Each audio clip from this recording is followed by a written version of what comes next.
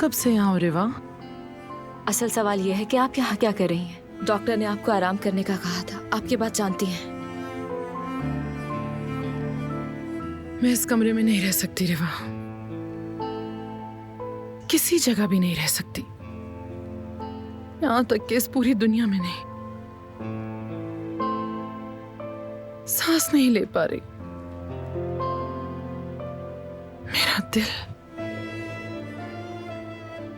मेरा दिल बहुत भारी हो गया, घुटन हो रही है। चाहे तो बाहर लॉन में चलते हैं, थोड़ी ताज़ा हवा ले लें। मौसम भी बहुत अच्छा है। आइए ना सबिया साहिबा, चलिए आ जाए।